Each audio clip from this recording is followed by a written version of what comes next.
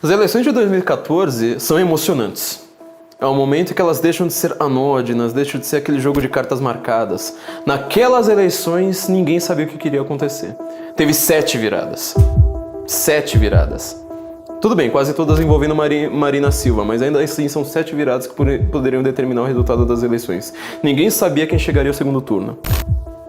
Dilma, que supostamente tinha conseguido se eleger, muito mais por causa do PSDB do que por causa própria, e que tinha a sua tentativa de transferência de carisma, de personalidade, de popularidade de Lula, ela tem um grande problema na sua frente. Quer dizer, o povo inteiro, aquele povo brasileiro que nunca se preocupou com ideologia, com o que é esquerda, com o que é direita, com o que é capitalismo, com o que é socialismo, com o que é essa participação popular, o que é representatividade, nada disso, de repente o povo acorda.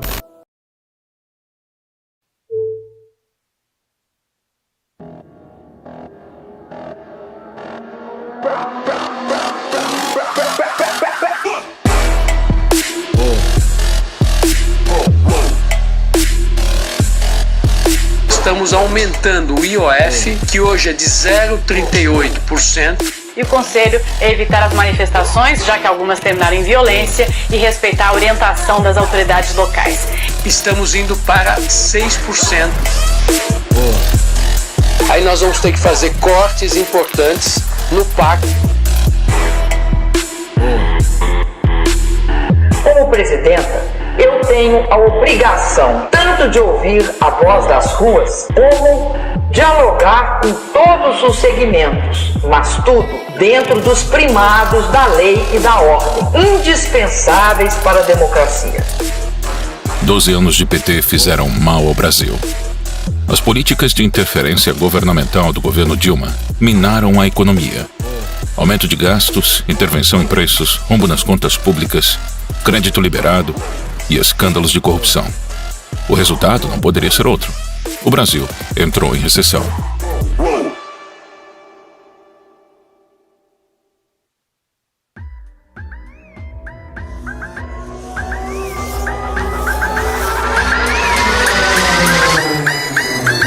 Prometo manter, defender e cumprir a Constituição. Promover o bem geral. E sustentar a integridade e a independência do Brasil.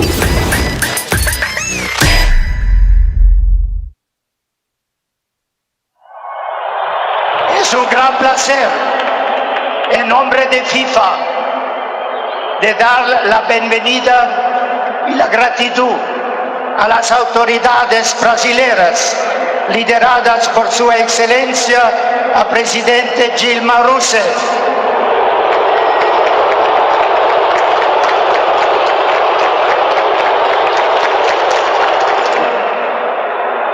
¿A dónde está el respeto y el fair play, por favor?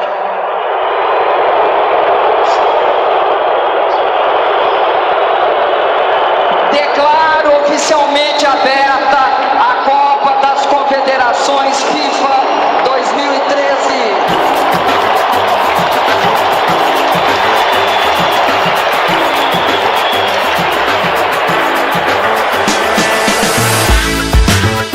Durante os 4 anos do governo de Dilma, a economia brasileira teve o pior resultado em 5 anos, a maior inflação e o menor crescimento desde então. 36% do PIB era devorado pelo Estado, e ao invés de diminuir gastos, o governo Dilma adquiriu mais empréstimos, mais subsídios e mais incentivos fiscais. Nos últimos 13 anos, o Partido dos Trabalhadores promoveu um inchaço do Estado brasileiro. Nesse período, o PT criou 40 empresas que aumentaram os gastos e ajudaram a provocar a crise fiscal do governo. A influente revista The Economist fez outra capa sobre o nosso país, desta vez perguntando se estragamos tudo. O número de funcionários das empresas públicas federais cresceu de 35 mil em 2002 para 67 mil este ano. A Copa do Mundo foi trazida ao Brasil com a promessa de impulsionar a economia e criar empregos. Mas na realidade, os estádios foram superfaturados em quase 30 bilhões de reais. E hoje estão sem uso.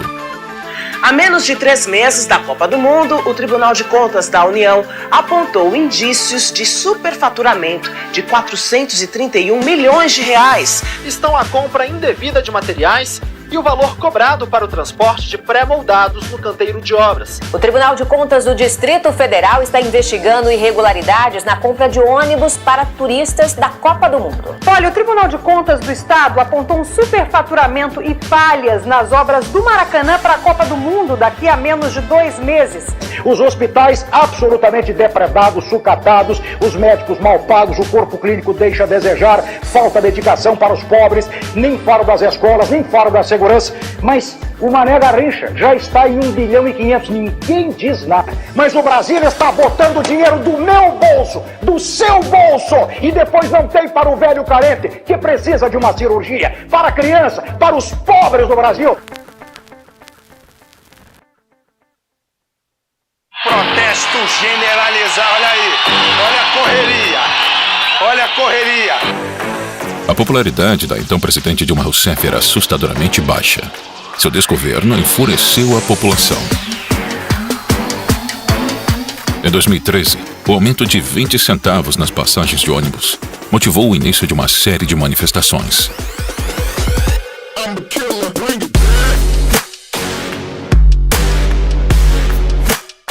O que começou com a briga pelos 20 centavos se transformou em 1,5 milhão de brasileiros nas ruas.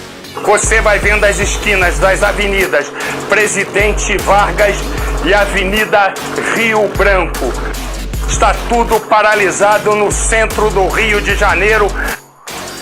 A revolta não tinha um objetivo claro e diversos grupos aproveitaram o momento para legitimar suas ideias. Olha, desde o começo das manifestações, nenhuma das organizações aqui que estavam organizando tirou qualquer deliberação de restrição de partidos políticos, de bandeiras, de coisas desse tipo. E o partido tem que mais sair dos gabinetes e ir pra rua, ir pros movimentos. A consequência foi um caos nacional. O governo precisava tomar controle da situação.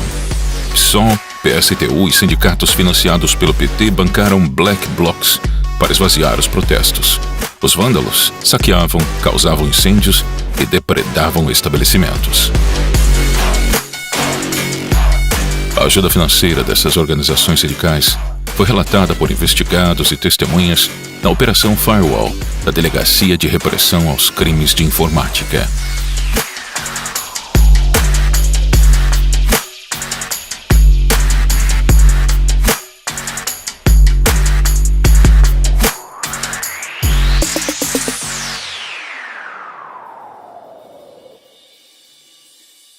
O esquema de corrupção na Petrobras foi descoberto graças a outra investigação que colocou políticos e empresários na cadeia, o Mensalão. Documentos da Justiça Federal revelam que foi a apuração do esquema de compra de votos de parlamentares que levou à Operação Lava Jato. A eleição de 2014 foi muito parecida com a de 2006. A corrupção pautou as discussões daquele ano. Enquanto o Mensalão era descoberto, outro esquema de corrupção estava sendo montado: o Petrolão. Ele era 33 vezes maior que o Mensalão. Envolvia propinas das empreiteiras, lavagem de dinheiro, evasão de divisas e superfaturamento de obras. Tudo isso para abastecer os caixas do PT, PP e PMDB, funcionários das estatais e políticos. As diretorias eram nomeadas por partidos políticos e seus diretores aprovavam contratos com empreiteiras. Não demorou muito para que as grandes construtoras do país, que têm negócios com a Petrobras, acabassem no centro das investigações. Segundo o ex-diretor de abastecimento da Petrobras, o esquema funcionava da seguinte maneira: de um lado, as empresas se organizavam em clubes para aumentar os valores de seus serviços para obras. Do outro lado, Lula e Dilma, presidente e ministra-chefe da Casa Civil na época, indicavam os diretores da estatal e eles cobravam propinas das empreiteiras para fechar contratos com preço acima do mercado. Em média, cada contrato era superfaturado em 3%. Se o valor da obra fosse 1 bilhão, era pago 1 bilhão e 30 milhões para as empreiteiras. O esquema foi descoberto pela Operação Lava Jato antes do período eleitoral. Alberto Youssef, o doleiro envolvido com a evasão de divisas, afirmou que Lula e Dilma tinham conhecimento do roubo da Petrobras. O doleiro Alberto Youssef declarou à Polícia Federal que a presidente Dilma Rousseff e o ex-presidente Lula sabiam do esquema de desvios de recursos para partidos políticos na Petrobras. Eu acredito que eles tinham conhecimento, no meu entendimento, do que acontecia. E você entende que esse esquema serviu aos interesses do governo? Serviu aos interesses do partido, automaticamente dos partidos da base aliada. A destruição da economia brasileira não parava por aí. O PT também roubava o Brasil, ajudando seus amigos políticos do exterior. O BNDES, um banco público, financiou de 2003 a 2015 as maiores empreiteiras do país para trabalhar fora do Brasil.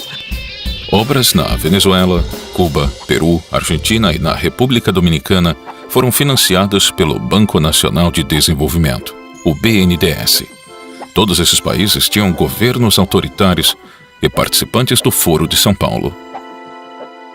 Enquanto o Porto de Santos, responsável por mais de 50% do PIB nacional, precisava urgentemente de reparos e modernizações. O governo brasileiro preferiu ajudar a reforma do Porto de Cuba. 692 milhões de dólares foram emprestados ao país, sem necessidade de devolução. Outra forma de financiar Fidel Castro foi através do programa Mais Médicos. Nesse instante, a senhora Presidenta da República, Dilma Rousseff, sanciona a lei que institui o programa Mais Médicos. Cerca de 12 mil médicos cubanos foram trazidos para o Brasil. E 70% de tudo o que eles ganhavam era compulsoriamente descontado de seus salários e enviado à ilha cubana.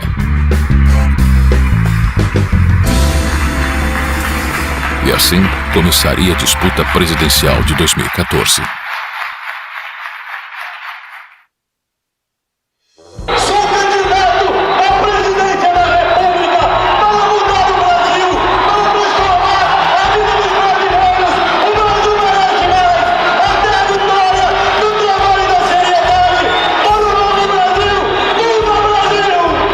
Vindo de 3 derrotas, o PSDB apostou em um novo nome: Aécio Neves. O senador Aécio Neves é lançado como candidato pelo PSDB à presidência da República. O anúncio foi feito na convenção do partido em São Paulo, que contou com lideranças da legenda. Ele havia sido governador de Minas Gerais em 2002 e reeleito em 2006 com a maior votação já registrada no estado. Em 2010, se candidatou ao Senado e foi o terceiro mais votado do país. Na verdade, Patrícia, eu quero governar o Brasil para iniciar um novo ciclo de desenvolvimento no país. Um ciclo que concilie ética com eficiência. Sem dúvida alguma, os quadros que nós temos à nossa disposição e a coragem que teremos para fazer o que precisa ser feito é que permitirá que no nosso governo o Brasil volte a crescer. Aécio era o nome forte do partido, diferente dos últimos 2 candidatos, José Serra e Geraldo Alckmin. Aécio é o homem do trabalho. 8 anos que mudaram Minas Gerais. Apesar de sua baixa popularidade, o PT decidiu pela continuidade de Dilma. A Convenção Nacional do PT confirmou hoje a candidatura à reeleição da presidenta Dilma Rousseff e do vice Michel Temer. O Brasil quer seguir mudando. E quer seguir mudando pelas mãos daqueles que já provaram que têm capacidade de transformar profundamente o país. O evento teve a participação do padrinho político de Dilma, o ex-presidente Luiz Inácio Lula da Silva. Mas é pelo que nós fizemos que nós temos que ter orgulho de ir pra rua e defender essa mulher.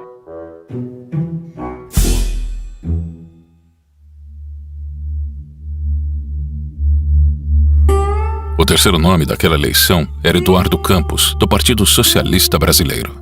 Neste fim de semana, o PSB oficializou a candidatura do ex-governador de Pernambuco, Eduardo Campos, com a ex-senadora Marina Silva como vice na chapa. Nós estamos prontos para ir à luta, para construir a vitória que o Brasil deseja que possamos construir. Que Deus nos ajude nessa caminhada. Ele foi governador de Pernambuco em 2002 E em 2006 foi reeleito com 80% dos votos no primeiro turno, o mais votado no Brasil. Governei com pouco, porque governei um estado do Nordeste brasileiro com muita pobreza e botei o foco naqueles que mais precisam. Então aprendi a fazer mais com menos. Eduardo Campos era uma terceira via com chances reais. E seu nome ganhava força nas pesquisas como alternativa a Dilma e Aécio. O ex-governador de Pernambuco, Eduardo Campos, do PSB, tinha 7% no fim do ano passado. Oscilou para 6% e mantém agora os 6%. É fundamental um novo caminho, porque PSDB e PT há 20 anos governam o país. Se a gente quer chegar a um novo lugar, a gente não pode ir pelos mesmos caminhos. No dia 13 de agosto de 2014, Eduardo Campos cumpria sua campanha. O candidato viajava do Rio de Janeiro até Guarujá, em São Paulo, onde participaria de entrevistas nas televisões locais. Nós abrimos essa edição do Jornal Nacional com um sentimento de perplexidade. Menos de 24 horas depois da entrevista que nós fizemos com o candidato do PSB à presidência, Eduardo Campos, nós nos vemos na situação de termos que iniciar o noticiário com o anúncio da sua morte trágica e precoce. Queda de uma aeronave no litoral de São Paulo, em Santos, e nessa aeronave estava o candidato à presidência da República, Eduardo Campos, do PSB. Eduardo Campos saiu do Rio de Janeiro no jato Cessna 560XL, prefixo PRAF, com a mulher e o filho, segundo a assessoria do candidato. De acordo com a aeronáutica, por causa do mau tempo, chovia e ventava, o piloto não conseguiu enxergar a pista e arremeteu. Logo em seguida, o controlador aéreo perdeu o contato com o avião. 10 minutos depois, a aeronáutica recebeu a primeira comunicação de que uma aeronave teria caído em Santos. Ao 12:30, veio a confirmação de que todas as 7 pessoas que estavam a bordo haviam morrido. Eduardo Campos, 4 assessores, piloto e o copiloto.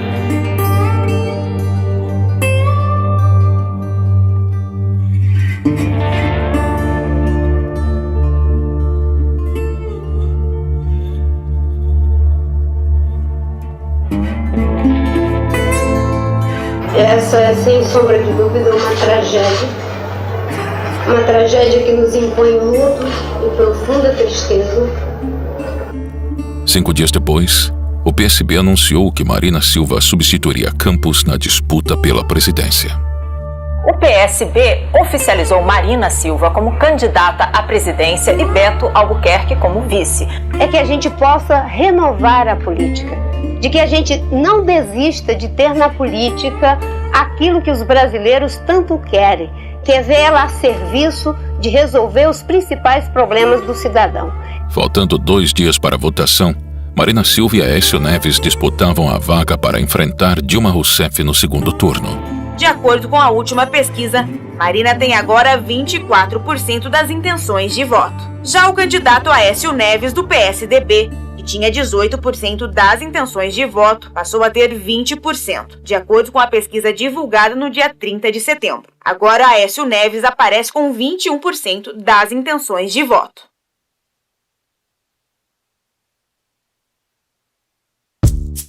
Olha, minha filha, tenho 62 anos.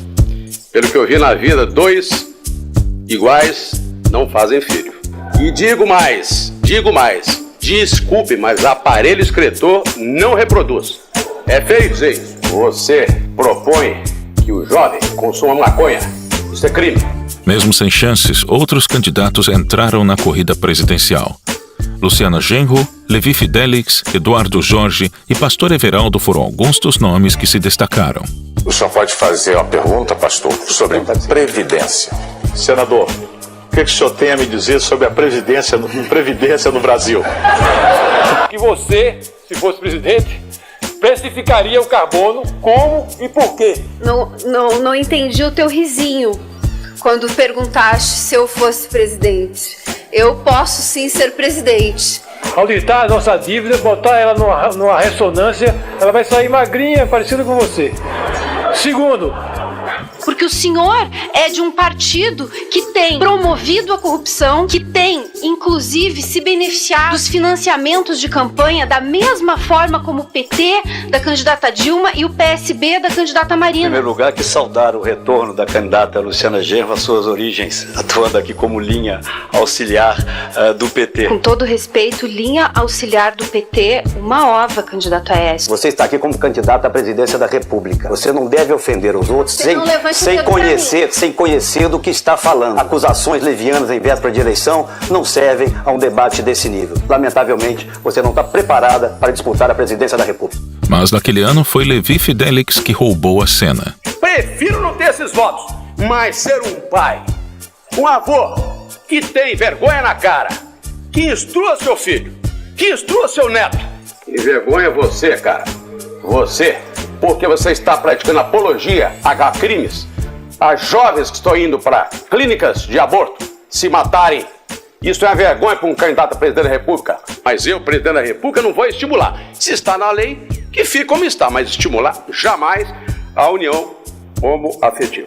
Você já imaginou, o Brasil tem 200 milhões de habitantes. Se começarmos a estimular isso aí, daqui a pouquinho vai reduzir para 100. Vai para Paulista e anda lá e vê. É feio o negócio, né? Porque nós temos que ter famílias tradicionais, que também é a Constituição Federal. No artigo 226, prevê o homem, a mulher, filhos. O Brasil está pagando mais de R$1 bilhão a Cuba para trazer 13 mil cubanos. Se pudéssemos, com esse mesmo dinheiro, pagarmos R$10.700, que é exatamente o que a Associação Médica Brasileira pretende para que os médicos possam trabalhar na periferia e no interior, seria realmente o ideal.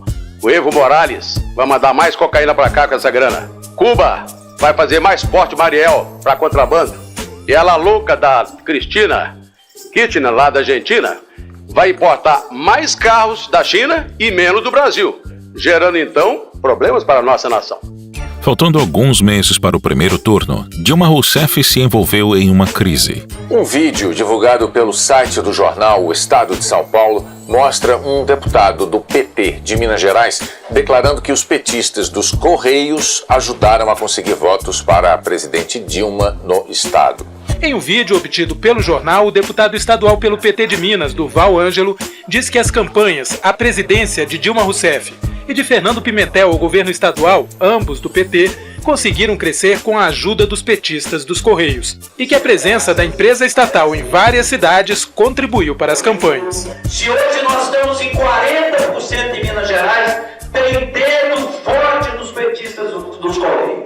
Esse tipo de prática deve ser condenada pela sociedade e principalmente pela justiça eleitoral. Os Correios em Minas Gerais, durante toda a campanha, não cumpriram com a sua responsabilidade, cometeram um crime e não enviaram as correspondências da nossa campanha. Mas o uso indevido dos Correios não abalou a candidatura do PT. No dia 5 de outubro, a previsão se confirmou. Dilma recebeu 42% dos votos e Aécio 33%. O resultado, 99,89% das urnas apuradas, Dilma Rousseff do PT aparece com 41,59% dos votos e Aécio Neves do PSDB com 33,56% dos votos, ou seja, segundo turno entre Dilma Rousseff e Aécio Neves.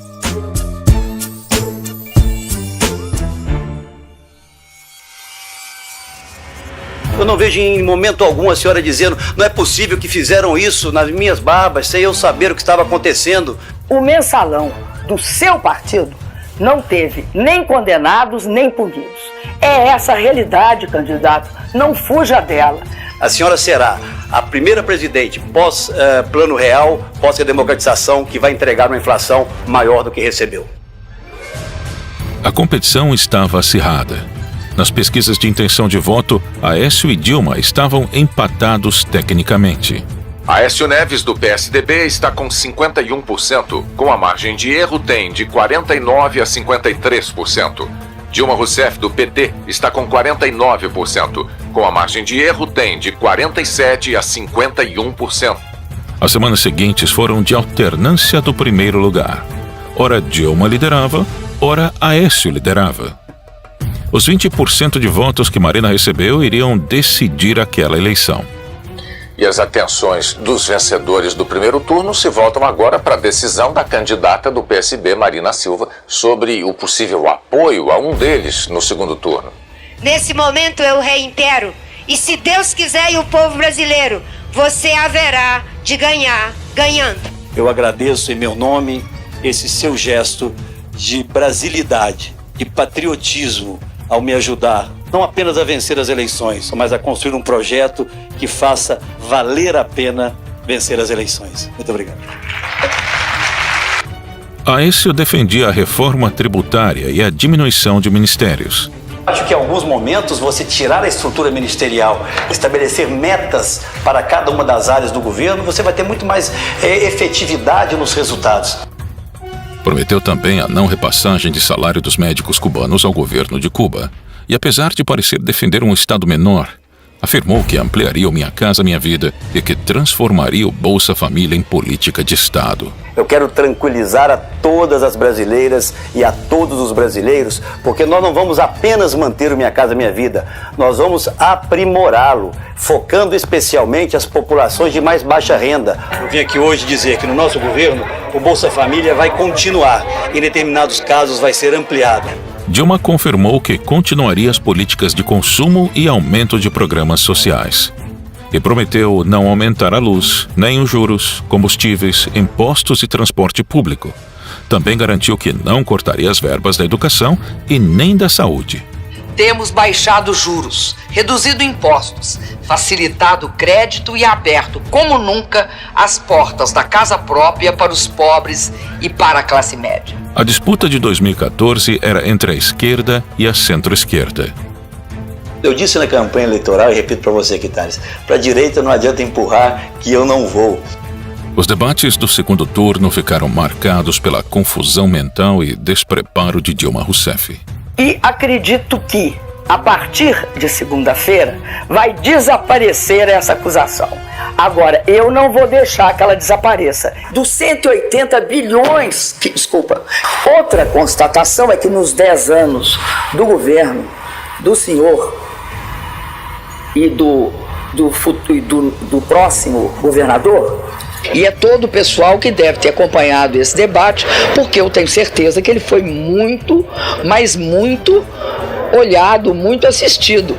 Aécio explorava o escândalo do Petrolão e Dilma o atacava com os desvios de verba da saúde de Minas e a construção dos aeroportos no governo do Tucano. E a senhora e o ex-presidente Lula tinham conhecimento da corrupção na Petrobras. Dou oportunidade à senhora responder aos brasileiros. A senhora sabia, candidata, da corrupção na Petrobras? Seria importante também que o senhor relatasse para o telespectador o que ocorreu em Cláudio, quando o senhor construiu um aeroporto na fazenda de um familiar e entregou a chave para ele. A nossa principal empresa pública hoje tem o seu principal diretor preso e o governo da candidata Dilma Rousseff, ao invés de permitir que a CPI e as investigações ocorressem de forma adequada, tenta manipular as informações. Quando o governo de Minas foi dirigido pelo senhor, vocês não cumpriram o que manda a Constituição, que é destinar um mínimo para a saúde. Desviaram em torno de 7,6 bilhões de reais, é o que diz o Tribunal de Contas do Estado. No dia da eleição, o clima do Brasil era de indecisão. As pesquisas não mostravam nenhum candidato com vantagem. A vitória foi disputada voto a voto. Segundo o Datafolha, os dois candidatos estão tecnicamente empatados, no limite da margem de erro. E o resultado indica a diminuição da vantagem de Dilma sobre Aécio em comparação com a pesquisa realizada no meio da semana.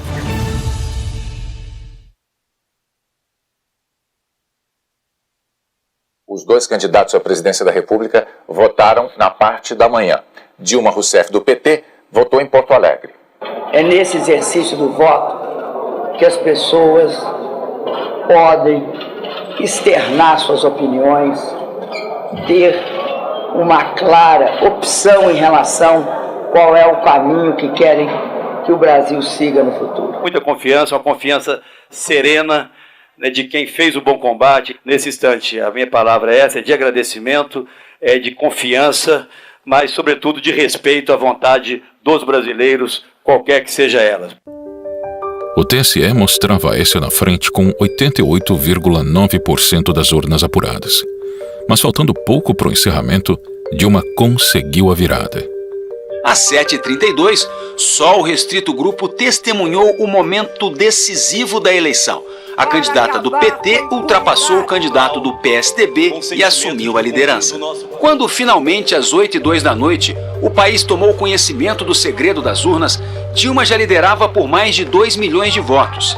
Continuou na frente e, a partir daí, o Brasil apenas viu a presidente manter a liderança e às 8h27 ser oficialmente declarada reeleita. Apesar da virada, a reeleição de Dilma teve sua legitimidade questionada.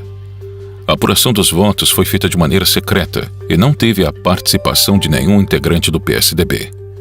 A lei requer a presença dos dois polos para ser uma eleição válida, e apenas petistas participaram da apuração. E mais, o presidente do TSE era Dias Toffoli. A oposição apontou que ele tinha sido advogado do PT nas campanhas de 98, 2002 e 2006, e que, por isso, o petista não poderia coordenar o processo eleitoral por conflito de interesses. As urnas eletrônicas usadas na eleição também foram questionadas. Mas tem algo que está na cabeça do povo.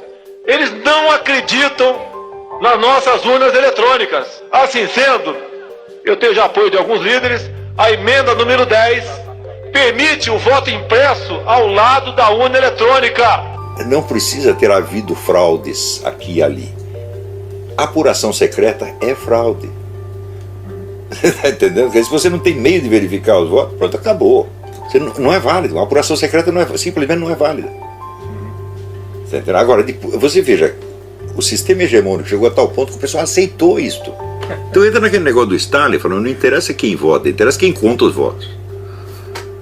E eles mesmo controlaram, são, parece que 23 pessoas apenas. Não é isso? Então, o sistema é fraudulento em si. Não precisa ter havido fraudes pontuais para piorar o negócio.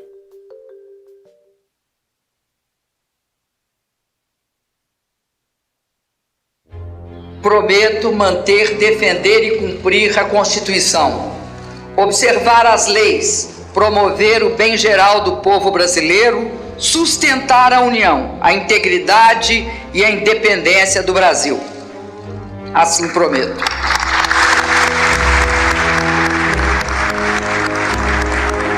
Prometo manter, defender e cumprir a Constituição, observar as leis, promover o bem geral do povo brasileiro, sustentar a união, a integridade e a independência do Brasil.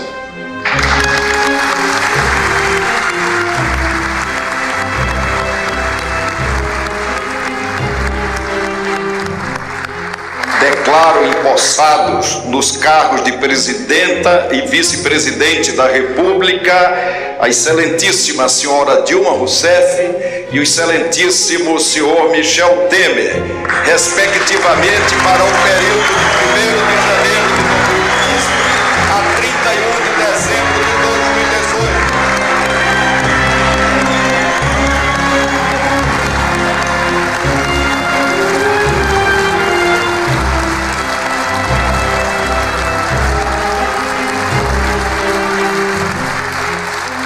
Dilma iniciou seu segundo mandato descumprindo as promessas que havia feito durante a campanha.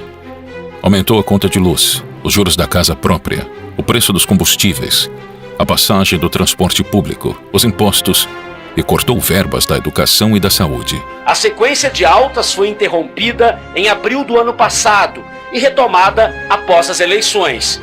Hoje, a taxa está em quase 14%. Enquanto isso, a inflação, que estava em 6% ao ano, não cedeu. Ao contrário, ganhou fôlego e está no nível mais alto em 11 anos. A semana começou com uma notícia nada boa para os motoristas: o aumento no preço da gasolina. Em menos de 60 dias foram 2 reajustes. Dilma Rousseff se reúne com o ex-presidente Lula antes do anúncio do corte de quase 70 bilhões de reais no orçamento de 2015. O desemprego ficou em 12% no último trimestre do ano passado e atingiu mais de 12 milhões de pessoas no país. É o maior índice desde 2012, quando foi criada a série do indicador da PNAD. Os maiores cortes ficarão com o PAC, Programa de Aceleração do Crescimento, 25 bilhões e 700 milhões de reais. Ministério das Cidades, 17,2 bilhões. Saúde, 11,8 bilhões. E Educação, 9,4 bilhões. Nos dias 15 de março, 12 de abril, 16 de agosto e 13 de dezembro de 2015, os brasileiros foram às ruas pedindo o impeachment da presidente. 200 mil pessoas nesse momento na Avenida Paulista. 200 mil pessoas, segundo a Polícia Militar. Já é a maior manifestação popular do Brasil neste domingo.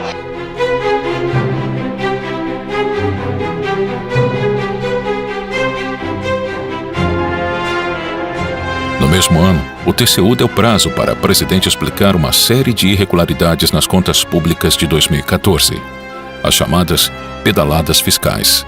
O Tribunal de Contas da União rejeitou as contas do ano passado do governo da presidente Dilma Rousseff. A prática obrigou instituições financeiras como a Caixa Econômica Federal e o Banco do Brasil a usarem recursos próprios para honrar os compromissos, o que caracterizou uma espécie de empréstimo ao governo. Recomendando-se a sua rejeição pelo Congresso Nacional.